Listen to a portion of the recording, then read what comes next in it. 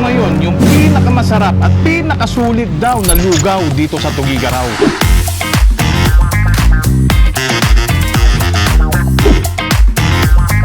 Pero wait. Huwag muna natin lagyan ng mala-cinematic, madrama na intro ito. Tikman muna natin kung legit nga ba yung sinasabi nila. Let's go. Oh, my goodness.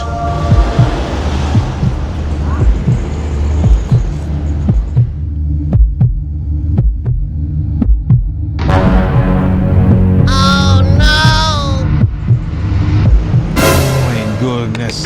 Bigyan ng malupitang intro yan. Let's go. Ang lugaw ay isang tradisyonal na pagkaing Pinoy na gawa sa malagkit na bigas at niluto sa tubig o sabaw hanggang sa lumapot ito. Ito ay pinapalasa ng luya, bawang at asin. Ito ay isang masarap na comfort food na madalas kainin tuwing umaga, lalo na sa malamig na panahon. Alam nyo ba yung difference ng lugaw, yung goto, at saka yung arroz caldo? Yung lugaw kasi basically parang pinakulo siya ng malagkit na kanin. Ang nagpapalasa sa kanya is yung luya, yung bawang, salt and pepper. Yun yung lugaw. Pag sinabi mo namang arroz caldo, tulad nito, meron siyang lugaw at meron siyang chicken or egg.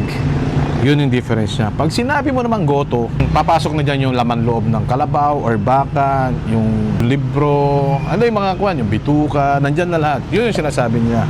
Guys, trivia lang yan. May kita nyo dito sa kanila, sa lugaw nila, as you can see. Kulay yellow siya kasi according to sa may-ari kanina, ang nilalagay nilang luya dito is yung turmeric na luya. Kaya tignan nyo pa lang yung color niya is color yellow talaga. Ayun, oh. Yung lasa. Oh my God.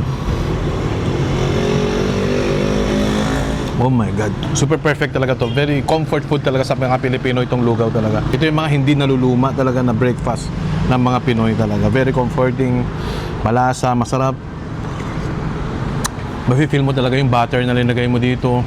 Magarlic. Tamang-tama lang talaga eh.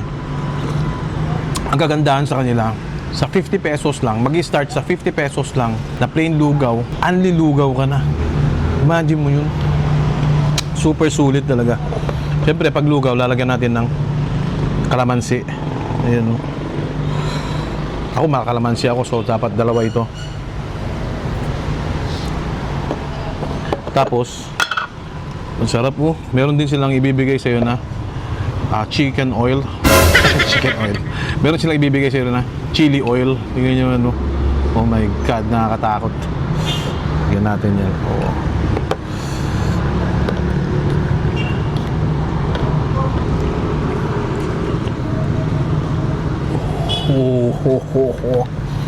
That's the kick I wanted. Ito yung chicken nila. Sa chicken nila guys, mamimili ka dito kung leg part or thigh. So sa akin kasi nakuha ko tong thigh. Yun o. So tikman natin tong chicken nila. Oh wow. Actually masarap yung chicken nila. Alam mo yung lasa niya guys, para siyang ma-herb, ma-flavor, ma-aroma. Para siyang na-marinate ng inasal.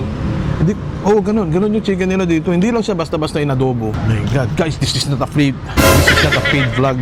Kasalanan nito ni Dudut kung bakit ako nandito. Nakita ko yung post ni Dudut na sinabi niya na isa ito sa masarap na lugaw na natikman niya. And bro, I believe you. Salute talaga kay Dudut YT. Guys, tamang-tama. Sarap. Anli to ha. So, lugaw all you can. Sarap ng chicken niya. Parang kumakain ng inasal na nandun sa lugaw. Oh my God.